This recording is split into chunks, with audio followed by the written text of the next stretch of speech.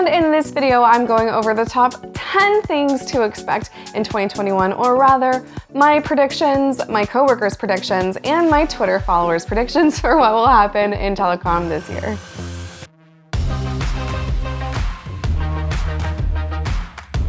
If you like what you're hearing and seeing, and if you're liking my channel, please don't forget to subscribe and turn on those notifications.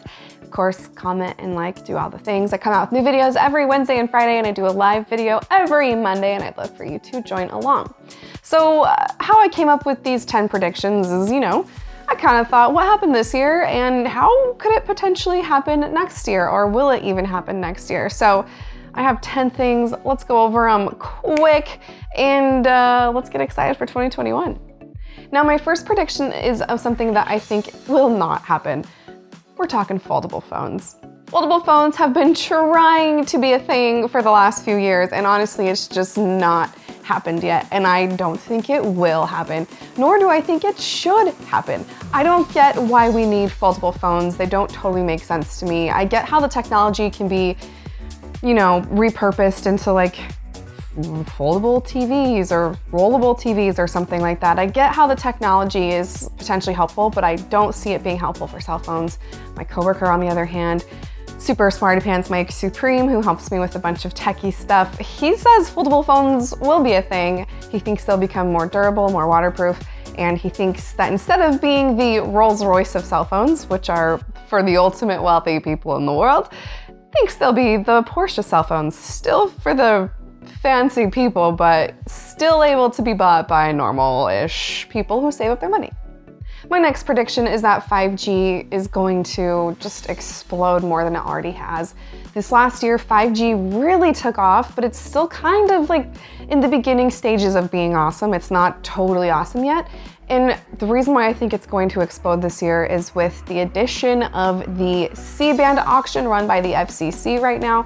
Now, this auction will continue on for a while, and I'm not going to dig into the dirty aspects of it too much because that's like a whole nother video. But basically, the C-Band auction is going to give multiple carriers, or one carrier, if they buy all of the spectrum, it's going to give them a ton of awesome 5G coverage across the whole country. Now, this potentially will be put into use by the end of 2021, so maybe in December. Potentially, maybe what's more likely, into 2022, we'll see that C-Band be really used to its full potential, but I really see 5G taking off with the addition of this C-Band auction, and depending on who wins the most of it between AT&T, T-Mobile, and Verizon, it could really kick up the quality of one of those networks. And I guess a little side prediction on the C-Band auction, I hope AT&T wins most of it because I have AT&T and I have a 5G phone. I'd love to see my network just power up and be awesome, but experts say Verizon will win that C-Band auction for that 5G spectrum. My third prediction that I see happening for 2021 is the addition of plenty more budget-friendly phones. I think in 2020, we saw a ton of really great priced phones. With the potential of a downturn in our economy, I see manufacturers really stepping up to the plate and offering more budget-friendly phones. Like TCL offered a really great budget phone. Even Apple was getting into the budget game for like the first time ever this year. I see cell phones being better priced for the average consumer and not above the 1,000 mark that they have been for the last few years. When it comes to cell phone carriers now, let's talk Sprint and T-Mobile. I know they're merged, and that's my prediction. My fourth prediction is that they will become even more solidified in 2021. So the merge happened about a year ago in March of 2020, and right now, if you were a Sprint customer, you can still switch from Sprint plan to Sprint plan, even though technically Sprint doesn't really exist anymore. I see that being done away with in the next year. I think T-Mobile's really gonna do a full overhaul, get everybody on a Magenta plan, and kind of consolidate their assets more.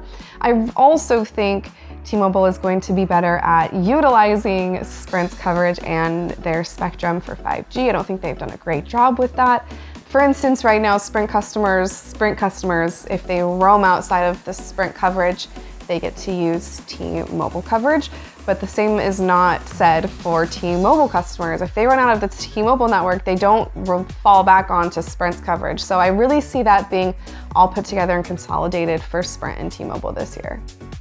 My fifth prediction also has to do kind of with the Sprint and T-Mobile merger, but it has to do with Dish. I think Dish is gonna be still under the radar this year. I don't think they're gonna do anything fancy.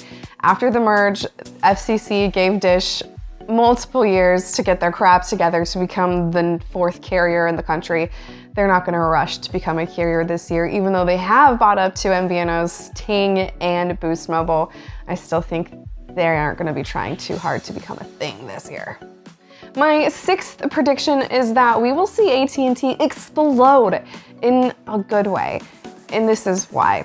I think with the addition of HBO Max and Warner Brothers now announcing that they are going to be doing simultaneous releases on HBO Max for their blockbuster hits this year, that so many people are gonna rush to get HBO Max, which is owned by AT&T, and it will help increase how much money they've lost over the last few years trying to make their other streaming services happen.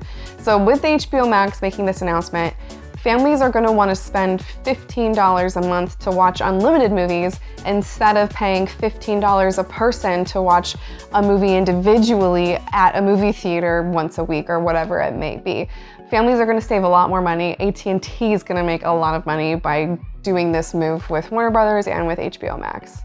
And if we look at that C-Band auction again, if AT&T even wins some of that spectrum, their service could potentially increase by a ton, depending on how much of that spectrum they win, if they win any of it. My seventh prediction has to do with Verizon. Now I've covered the other two carriers, now it's time to touch on Verizon. Verizon hasn't really gotten into the budget game yet. If we look at T-Mobile, they have their budget-friendly plans, and Verizon kind of has a budget-friendly company, Invisible, in that plan is $40 a month for unlimited. I think it's a pretty great option, but they haven't done any name brand budget yet on Verizon. I would love to see Verizon come out with something a little bit more well-priced for their customers who maybe can't afford these high-end $90, $80 plans. I know they have Visible, I know, but I want to see something name brand on Verizon.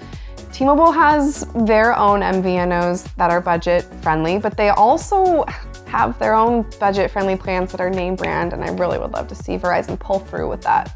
With Verizon increasing their 5G coverage with their high millimeter wave nodes being placed on every corner in America, I think they also are going to win a pretty big chunk of this C-Band spectrum that with the FCC auction. So if they win a substantial amount of that, we could see that go into effect at the end of December of 2021. So I'm really looking forward to see what happens there. I have another prediction to share. It also comes from our Smarty Pants Supreme Mike at WhistleOut. He thinks wireless charging is going to be really popular this year, going as far to say that wireless charging will be the norm for any new cell phones that are released. He thinks that, or predicts that, major manufacturers are going to take out USB-C ports and Lightning ports for Apple and go strictly to wireless magnet-only charging.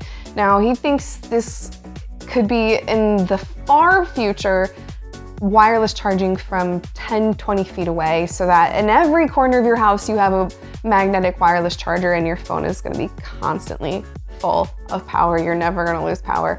I don't really know how I feel about that. I think in theory it's cool. Do I think it's going to happen this year? Oh, no. Wireless charging might become more normal, but I don't think manufacturers are going to quite take out their charging ports yet, but who knows? We'll see what happens, Mike. My ninth prediction comes from Twitter. That's right, Twitter. I'm becoming more active on Twitter. You can find me at Riggs Sherry if you want to follow me and interact with me. But I asked my followers, what predictions do you have for 2021? And Wiki Steph said he thinks that AR glasses, VR glasses, are going to become more popular, and in fact he thinks Facebook, Apple, and Google, and maybe Snapchat are going to release some AR glasses that will really change the game for them, and a few other of my Twitter followers who are really stoked about that potential. Now, I know Snapchat has tried AR glasses before. I know Google tried AR glasses before. Although this did happen when I was pretty young, I want to say when I was still in like junior high. So I don't totally remember the specifics of the Google glasses. I know the Snapchat smart glasses have come out somewhat recently. I don't know too much about them, but WikiStuff thinks that this is the year of AR glasses. And I'm excited to see if that happens. My 10th and final prediction also comes from a Twitter follower and fellow WhistleOut employee, but he works on our Canada site. His name's Steven, our media man on Twitter. He thinks that hipsters are going to start using 2G again. They're gonna try and make 2G cool again. And you know what I have to say to this? Is this clip from The Office. No, God! No, God, please, no! No! That's it for my 2021 predictions. What are some predictions you have? What do you think about my predictions? I'd love to hear from you in the comments below. Thanks for watching WhistleOut TV. I'm Sherry Riggs.